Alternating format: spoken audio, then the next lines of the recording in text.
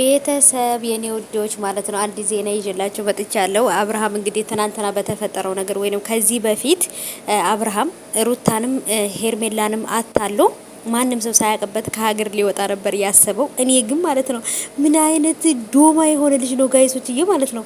ምክንያቱም ራስ ወዳድ እንደሆነ አብርሃም ከበፊትም ጀምሮ እናውቃለን። እና አገር መውጣት አልፈልግም ወይንም ይሄ ነገር ምናምን ሲል ነበር እና ለካ ሁሉንም ጉድ ሰርቷቸው ብቻውን ላሽ ሊል ነበር ማለት ነው። ግን ደግሞ ያው እንግዲህ ማለት ይሄ ነገር ለምን እንደተፈጠረ ሄርሜላ ራሱ ማመን አቅቷታል ማለት ነው። ከሀገር ሊወጣ ነበረ ግን ደግሞ አልወጣም። ይሄ ካንቶ ማለት ነው።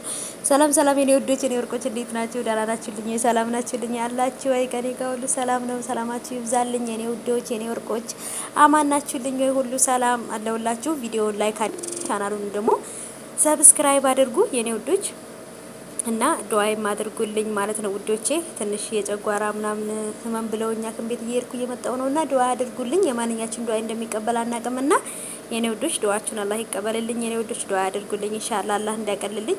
በስደት ላይ ያው ህመም በቃ ማለት አይቼውም ስለማላቅ አዲስ ነው የሆነብኝ። ምክንያቱም አልহামዱሊላህ ረቢል ዓለሚን ራሴን የምጠብቅ ሰው ነኝ።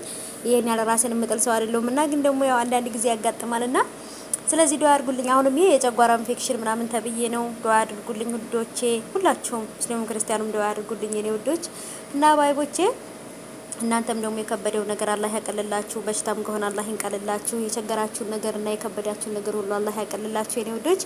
ለኔም ዱአ አድርጉልኝ ሀባይቦቼ። እና እንግዲህ ወደ ገደለው ስገባ አብርሽ ተይዟል ማለት ነው። ይሄ ሌባ እንደ ሳሙና እየተሙለጨለጨ አንድ ቦታ ላይ እንግዲህ መርገጥ አቅቶታል ማለት ነው። ትናንትናም እንግዲህ አይታችሁ ከሆነ ከሄርሜላ ጋር ወደ ውጭ ወጥቶ መኖር እንዳለበት ምናምን የተነገረበት ፓርት ላይ አልፈልግም ምናምን ብሎ ልክ አገሩ ላይ መኖር እንደሚፈልግ አገሩ ላይ ፍቅር ያለው ሰው ነበር የሚመስለውና ለካሱ ለራሱ እያመቻቸ ነበረ። ሌባ ተይዟል ግን ማለት ነው። አልሄደም